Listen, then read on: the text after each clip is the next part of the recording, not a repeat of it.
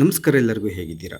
ನಾನಿವತ್ತು ನಿಮಗೆ ಮೊಟ್ಟೆ ಹಾಕ್ದಂಗೆ, ಮೈದಾ ಹಾಕ್ದಂಗೆ, ಸಕ್ಕರೆ ಹಾಕ್ದಂಗೆ, ಆಮೇಲೆ ಏನು ಅವನ್ ಇಲ್ದಂಗೆ ಮನೆಯಲ್ಲೇ ತುಂಬ ರುಚಿಕಟ್ಟಾದ ಕೇಕನ್ನು ಹೆಂಗೆ ಮಾಡೋದು ಅಂತೇಳಿ ತೋರಿಸ್ಕೊಡ್ತೀನಿ. ಇವತ್ತು ಇದನ್ನು ಮಾಡಲಿಕ್ಕೆ ನಾನು ಬಳಸ್ತಿರೋದು ಗೋಧಿ ಹಿಟ್ಟು ಮತ್ತು ಬೆಲ್ಲವನ್ನು. ತುಂಬ ಜನಕ್ಕೆ ಸಕ್ಕರೆ ಪದಾರ್ಥಗಳು, ಸಕ್ಕರೆಯಿಂದ ಮಾಡಿರೋ ಐಟಮ್ಗಳಂತಂದ್ರೆ ಇಷ್ಟ ಆಗೋದಿಲ್ಲ. ಆರೋಗ್ಯ ದೃಷ್ಟಿಯಿಂದ ಸಕ್ಕರೆ ಅಷ್ಟು ಒಳ್ಳೆಯದಲ್ಲ ಅಂತೇಳಿ ಭಾಳ ಜನ ಸಕ್ಕರೆಯಿಂದ ಮಾಡಿರೋ ಸಿಹಿ ತಿನಿಸುಗಳನ್ನ ಯಾರೂ ತಿನ್ನಲ್ಲ. ಅಂಥವ್ರು ಈ ಒಂದು ಕೇಕನ್ನು ಮಾಡ್ಕೊಂಡು ತಿನ್ಬೋದು. ಮನೆಯಲ್ಲೇ ಮಾಡ್ಬೋದು. ಬಹಳ ಸರಳವಾಗಿದೆ, ಯಾರು ಬೇಕಾದರೂ ಮಾಡಬಹುದು. ಆದರೆ ನಾನು ಏನೇನು ಹೇಳ್ತೀನಿ ಅದನ್ನು ನೀವು ಚಾಚೂ ತಪ್ಪದಂಗೆ ಪಾಲಿಸ್ಬೇಕಾಗತ್ತೆ. ಇದು ಕೇಕು ಹೆಂಗೆ ಅಂತಂದರೆ, ಬೇರೆ ಅಡುಗೆಗಳ ಥರ ಒಂಚೂರು ಹೆಚ್ಚು ಕಡಿಮೆ ಆದರೆ ಹೆಂಗೆ ನಾವು ಅದನ್ನ ಸೈ ಅನ್ನಿಸ್ಬಿಡ್ಬೋದು ಅಂತ ಅನ್ನಂಗಿಲ್ಲ. ಇವಕ್ಕೊಂಚೂರು ಅಳತೆ ಕರೆಕ್ಟಾಗಿ ತಗೋಬೇಕು. ಒಂಚೂರು ಹತ್ತಿತ್ತಾದ್ರೂ ಅದ್ರದ್ದು ಮೂಲ ಸ್ವರೂಪ ಅಂತೀವಲ್ಲ, ಅದೊಂಚೂರು ಇದಾಗ್ಬಿಡುತ್ತೆ. ಹಾಗಾಗಿ ನಾನು ಹಂಗಂತೇಳಿ ಹೆದರ್ಕೋಬೇಕು ಅಂತ ಏನಿಲ್ಲ. ಒಂಚೂರು ಆದಷ್ಟು ನಾವೇನು ಹೇಳಿರ್ತೀವಿ ಅದಕ್ಕೆ ಸರಿಸಮನಾಗಿ ನೀವು ಅಳತೆ ತೊಗೊಂಡ್ರಿ ಅಂತಂದರೆ ಖಂಡಿತವಾಗ್ಲೂ ಕೂಡ ನೀವು ಯಾವುದೇ ಕಾರಣಕ್ಕೂ ಫೇಲ್ ಆಗೋದಕ್ಕೆ ಸಾಧ್ಯವೇ ಇಲ್ಲ ಈ ಕೇಕ್ ಮಾಡೋದ್ರಲ್ಲಿ. ತುಂಬ ಸುಲಭವಾದ ರೀತಿಯಲ್ಲಿ ತೋರಿಸ್ಕೊಡ್ತೀನಂತೆ. ಹಾಗಾದರೆ ಬನ್ನಿ ನೋಡೋಣ ಇದನ್ನು ಹೇಗೆ ಮಾಡೋದು ಅಂತ. ನಾನಿವತ್ತು ಈ ಕೇಕನ್ನು ಮಾಡಲಿಕ್ಕೆ ಈ ಥರದೊಂದು ಲೋಟ ತೊಗೊಂಡಿದ್ದೀನಿ. ಸಣ್ಣ ಲೋಟದಲ್ಲೇ ಮಾಡಿ, ಸಣ್ಣ ಲೋಟದ ಅಳತೆಯಲ್ಲೇ ಎಲ್ಲನೂ ತೊಗೊಳ್ರಿ. ಈಗೆಲ್ಲ ಅಳತೆ ತೊಗೊಳ್ಳೋದಿಲ್ಲ ಅದೇ ಲೋಟದಲ್ಲಿ. ಈಗ ಬೆಲ್ಲ ತೊಗೊಂಡ್ಬಿಟ್ಟು ಬೆಲ್ಲನ ಈ ಥರ ಚಾಕು ತಗೊಂಡು ಈ ಥರ ಎರಿತಾ ಇದ್ದೀನಿ. ಹಿಂಗೆ ಚಾಕು ತಗೊಂಡು ಎರಿಯೋದ್ರಿಂದ ನಮಗೆ ಬೆಲ್ಲದ ಅಳತೆ ಸರಿಯಾಗಿ ಸಿಗುತ್ತೆ. ಮುಕ್ಕಾಲು ಲೋಟ ಬೆಲ್ಲ ತಗೊಂಡಿದ್ದೀನಿ. ಒಂದು ಸ್ವಲ್ಪ ಸಿಹಿ ಕಡಿಮೆ ತಿಂತೀವಿ ಅಂದರೆ ಒಂಚೂರು ಕಡಿಮೆ ತೊಗೋಬೋದು. ಮುಕ್ಕಾಲು ಲೋಟ ಬೆಲ್ಲನ ಒಂದು ಸ್ಟೀಲಿಂದ ಪಾತ್ರೆಗೆ ಹಾಕ್ಬಿಟ್ಟು 1 ಲೋಟದಷ್ಟು ನೀರನ್ನು ಹಾಕಿರಿ. ಅದೇ ಲೋಟದಲ್ಲಿ 1 ಲೋಟ ನೀರು. ಆಮೇಲೆ ಒಲೆ ಹಚ್ಬಿಟ್ಟು ಅದನ್ನು ಚೆನ್ನಾಗಿ ಒಂದು ಸತಿ ಕುದಿಸಿ, ಪಾಕ ತೆಗಿಬೇಕು ಅಂತಿಲ್ಲ, ಅದು ಕರಗಿ ಒಂದು ಕುದಿ ಬಿದ್ದರೆ ಸಾಕು. ಅದು ಪೂರ್ತಿ ತಣ್ಣಗಾಗಬೇಕು. ಅಷ್ಟೊತ್ತಿಗೆ ಇಲ್ಲಿ ನಾವು ಗೋಧಿ ಹಿಟ್ಟನ್ನು ಸಾರು ಮಾಡ್ಕೋಬೇಕು. ಅದೇ ಲೋಟದಲ್ಲಿ ನೋಡಿ 1.5 ಲೋಟದಷ್ಟು ಗೋಧಿ ಹಿಟ್ಟನ್ನು ತೊಗೋತೀನಿ.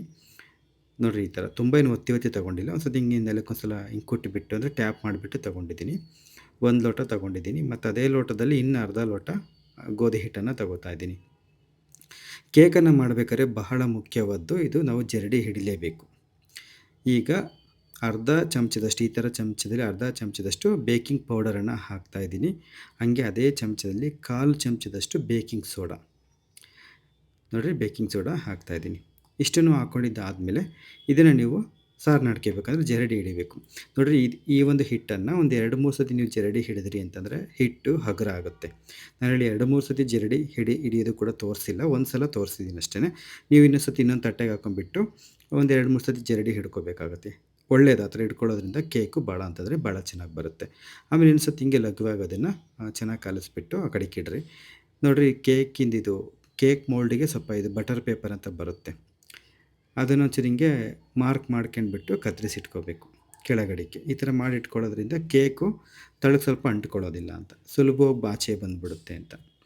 ಸ್ವಲ್ಪ ಎಣ್ಣೆ ಹಾಕ್ಬಿಟ್ಟು ಆಮೇಲಿಂದ ಈ ಬಟರ್ ಪೇಪರ್ ಹಾಕಿ ಅದ್ರ ಮೇಲೆ ಒಂಚೂರು ಎಣ್ಣೆ ಹಿಂಗೆ ಸವರಿ ಸುತ್ತಲೂ ಹಿಂಗೆಲ್ಲನೂ ಎಲ್ಲ ಕಡೆಗೆ ಎಣ್ಣೆ ಸವರಿ ಆ ಕಡೆಗೆ ಇಡ್ರಿ.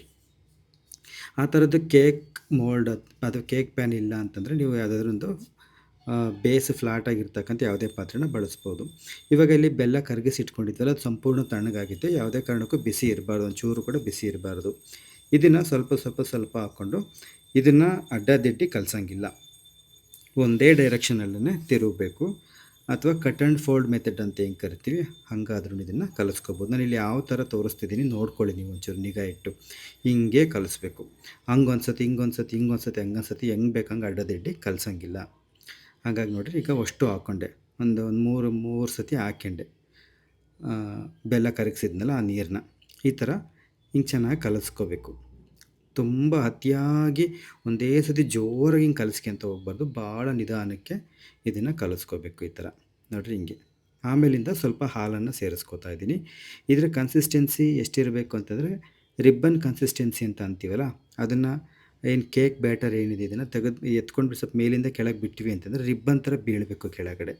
ಆ ಒಂದು ಹದಕ್ಕಿತ್ತು ಅಂತಂದರೆ ಕೇಕ್ ಬ್ಯಾಟರ್ ಪರ್ಫೆಕ್ಟ್ ಆಗಿದೆ ಅಂತ ಅರ್ಥ.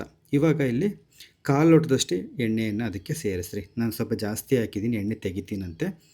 ನಾನು ಅದನ್ನ ನೋಡ್ತಾ ಒಂದು ಅರ್ಧ ಲೋಟ ತೊಗೊಂಡ್ಬಿಟ್ಟೆ, ಹಂಗಾಗಿ ತೆಗಿತಾ ಇದ್ದೀನಿ.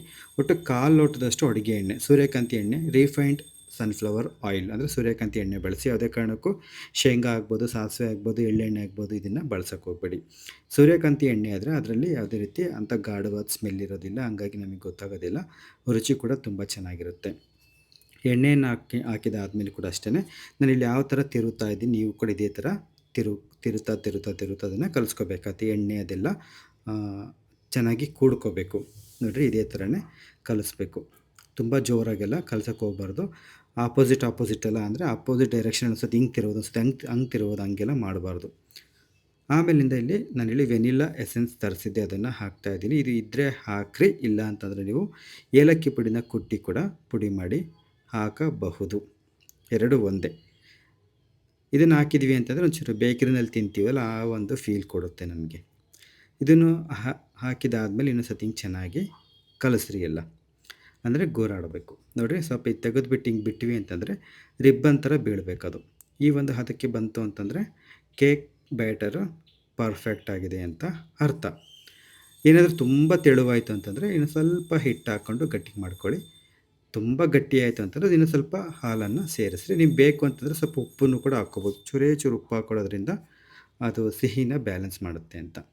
ಆಮೇಲೆ ಇದನ್ನು ಅದೇನು ಕೇಕ್ ಮೋಲ್ಡು ಅದು ಎಣ್ಣೆ ಎಲ್ಲ ಸವರಿಟ್ಟಿದ್ವಲ್ಲ ಅದನ್ನು ಅದಕ್ಕೆ ಇದನ್ನು ಸುರಿಬೇಕು. ಸುರಿದ್ಬಿಟ್ಟು ಈ ಥರ ಸ್ವಲ್ಪ ಟ್ಯಾಪ್ ಮಾಡಬೇಕು, ನೆಲಕ್ಕೊಂದು ಸತಿ ಕುಟ್ಟಬೇಕು.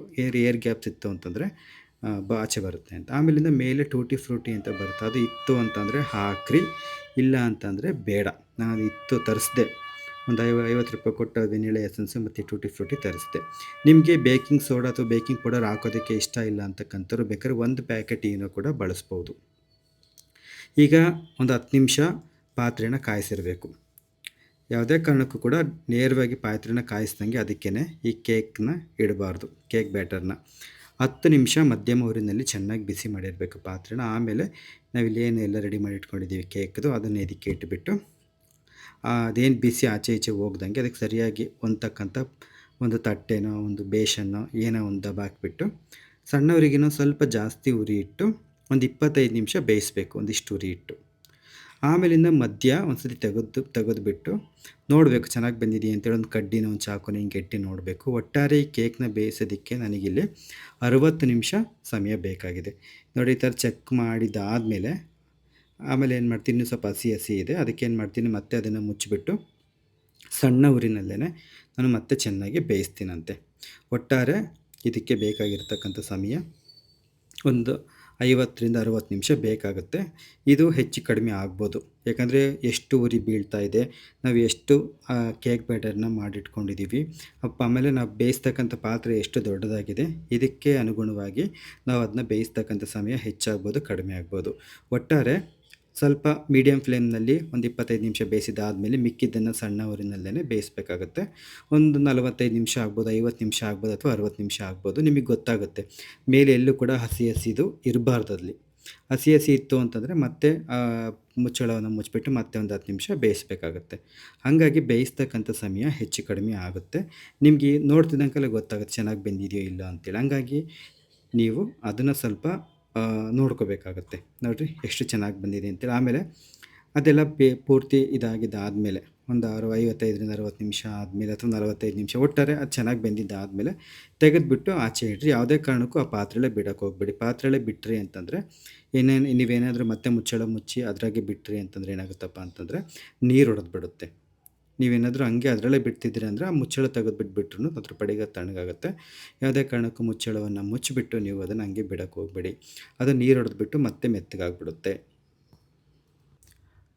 ಆಮೇಲಿಂದ ಪೂರ್ತಿ ತಣ್ಣಗಾದ್ಮೇಲೆ ನೀವು ಹೆಂಗೂ ನಾವು ಕೆಳಗಡೆ ಬಟರ್ ಪೇಪರ್ ಹಾಕಿರ್ತೀವಲ್ಲ, ತುಂಬ ಸುಲಭವಾಗಿ ನೀವು ಹಿಂಗೆ ಉಲ್ಟಾ ಮಾಡ್ಕೊಂಡ್ರಿ ಅಂತಂದರೆ ಆರಾಮಾಗಿ ಕೈಗೆ ಬಂದುಬಿಡುತ್ತೆ. ನಿಮಗೆ ಎಷ್ಟು ಯಾವ ಒಂದು ಸೈಜಿಗೆ ಕೇಕ್ಗಳು ಬೇಕೋ ಆ ಸೈಜಿಗೆ ನೀವು ಕೇಕನ್ನು ಕಟ್ ಮಾಡಿ ತಿನ್ಬೋದು. ರುಚಿ ಚೆನ್ನಾಗಿರುತ್ತೆ. ಒಂದು ವಿಚಾರ ಏನಪ್ಪ ಅಂತಂದರೆ ಬೇಕ್ರಿಗಳಲ್ಲಾದರೆ ಇದಕ್ಕಿನ್ನ ಕೇಕ್ ಜೆಲ್ ಅಂತ ಬರುತ್ತೆ, ಅದೆಲ್ಲ ಹಾಕೋದ್ರಿಂದ ಇನ್ನೂ ಸ್ವಲ್ಪ ಚೆನ್ನಾಗಿ ಉಬ್ಬಿ ಬರುತ್ತೆ. ಆಮೇಲಿಂದ ಅಲ್ಲಿ ಜಾಸ್ತಿ ಮೈದಾ ಹಿಟ್ಟನ್ನು ಬಳಸೋದ್ರಿಂದ ರುಚಿ ಚೆನ್ನಾಗಿರುತ್ತೆ. ಮೈದಾ ಹಿಟ್ಟು ಅದಕ್ಕೆ ಯಾವುದೇ ರೀತಿ ಫ್ಲೇವರ್ ಇಲ್ಲದೇ ಇರೋದ್ರಿಂದ ಅದು ಖಾರದ ಅಡುಗೆಗೂ ತುಂಬ ಚೆನ್ನಾಗಿರುತ್ತೆ, ಸ್ವೀಟ್ಸ್ ಮಾಡಿದರೂ ತುಂಬ ಚೆನ್ನಾಗಿರುತ್ತೆ. ಗೋಧಿ ಹಿಟ್ಟಲ್ಲಿ ಏನಾಗುತ್ತಪ್ಪ ಅಂದರೆ ಸ್ವಲ್ಪ ಅದು ಅನಿಸುತ್ತೆ ನಮಗದು. ಮೈದಾದಿಂದ ಮಾಡಿದಷ್ಟು ರುಚಿ ಇದರಿಂದ ಬರೋದಿಲ್ಲ. ಆದರೆ ತಿನ್ನೋಕೆ ಆಗದೇ ಇರೋಷ್ಟೇ ರುಚಿ ಇಲ್ಲ ಅಂತಲ್ಲ, ರುಚಿ ಅಂತ ತುಂಬ ಅಂದರೆ ತುಂಬ ಚೆನ್ನಾಗಿ, ಇದ್ರ ರುಚಿನೇ ಬೇರೆ. ಅದಕ್ಕೆ ನಾವು ಇದನ್ನ ಕಂಪೇರ್ ಮಾಡೋಕ್ಕೆ ಆಗೋದೇ ಇಲ್ಲ, ಅಷ್ಟು ಚೆನ್ನಾಗಿರುತ್ತೆ. ನಿಮಗೆ ಅದ್ರ ಇಷ್ಟ ಆಗಿತ್ತು ಅಂತಂದರೆ ನೀವು ಇದನ್ನು ಟ್ರೈ ಮಾಡಿಬಿಟ್ಟು ಹೇಗೆ ಬಂತು ಅಂತ ಹೇಳಿ. ಇಲ್ಲಿ ನಾನು ಹಾಲನ್ನು ಬಳಸಿದ್ದೀನಲ್ವ, ಅದು ಸ್ವಲ್ಪ ಅಷ್ಟೇ, ಅದು ಎಷ್ಟು ಆ ಒಂದು ಕನ್ಸಿಸ್ಟೆನ್ಸಿ ಬರೋಕ್ಕೆ ಎಷ್ಟು ಬೇಕೋ ಅಷ್ಟು ಮಾತ್ರ ಬಳಸಬೇಕು. ನಾನು ಕೂಡ ಅಷ್ಟೇ ಈ ಒಂದು ಕನ್ಸಿಸ್ಟೆನ್ಸಿ ಬರಲಿಕ್ಕೆ ಎಷ್ಟು ಹಾಲು ಬೇಕೋ ಅಷ್ಟು ಮಾತ್ರ ಬಳಸಿದ್ದೀನಿ. ಸರಿ, ಇಲ್ಲಿಗೆ ಈ ಒಂದು ರೆಸಿಪಿ ಮುಕ್ತಾಯ ಆಯಿತು. ಈಗ ಬರ್ಡೇ ವಿಶಸನ್ನು ಹೇಳೋ ಸಮಯ. ಮೊನ್ನೆ ಅಂತಂದರೆ ಜೂನ್ 25ಕ್ಕೆ ಇಬ್ಬರು ಬರ್ಡೇ ಇತ್ತು. ಅವರು ಹೆಸರನ್ನು ಹೇಳೋದನ್ನು ಮರ್ತಿದ್ರು. ಹಾಗಾಗಿ ಅವರ ಒಂದು ಹೆಸರನ್ನು ನಾನು ಇವತ್ತಿನ ವಿಡಿಯೋದಲ್ಲಿ ಹೇಳ್ತಾ ಇದ್ದೀನಿ. ಅವರ ಯೂಸರ್ ನೇಮ್ ಬಂದುಬಿಟ್ಟು ಅವ್ರ ಹೆಸರು ಮೆನ್ಷನ್ ಮಾಡಿಲ್ಲ. ಯೂಸರ್ ನೇಮು @123MST ಅಂತ ಇದೆ. ಅವರ ಮಗನ ಹೆಸರು ಬಂದುಬಿಟ್ಟು ತನ್ಮಯ್ ಅಂತ ಹೇಳ್ಬಿಟ್ಟು, ಮತ್ತು ನಾಗಮಣಿ ಅವರ ಮಗ ಶಶಿ ಅಂತ ಹೇಳ್ಬಿಟ್ಟು. ಹಾಗೆ ಇವತ್ತು ಅಂದರೆ ಜೂನ್ 27ಕ್ಕೆ ದೀಪಿಕಾ ಸಿಸ್ಟರ್ ಅವರು ಕೂಡ ಕಮೆಂಟ್ ಮಾಡಿದರು. ನಮ್ಮ ಹಸ್ಬೆಂಡ್ ಅವ್ರದ್ದು ಹುಟ್ಟಿದ ಹಬ್ಬ ಇದೆ. ಅವರ ಹೆಸರು ಬಂದುಬಿಟ್ಟು ಶಿವಕುಮಾರ್ ಅಂತೇಳಿ, ಮಂಡ್ಯ ಜಿಲ್ಲೆ ಕೇರ್ಪೇಟೆ ತಾಲೂಕು ರಾಜಘಟ್ಟ ಗ್ರಾಮ ಅಂತೇಳಿ ಅವರು ತಿಳಿಸಿದ್ದಾರೆ. ನಿಮ್ಮ ಎಲ್ರಿಗೂ ಕೂಡ ತನ್ಮಯ್ ಹಾಗೂ ಶಶಿ ಹಾಗೂ ಶಿವಕುಮಾರ್ ಅವರೇ, ನಿಮ್ಮೆಲ್ರಿಗೂ ಕೂಡ ಹುಟ್ಟುಹಬ್ಬದ ಹಾರ್ದಿಕ ಶುಭಾಶಯಗಳು.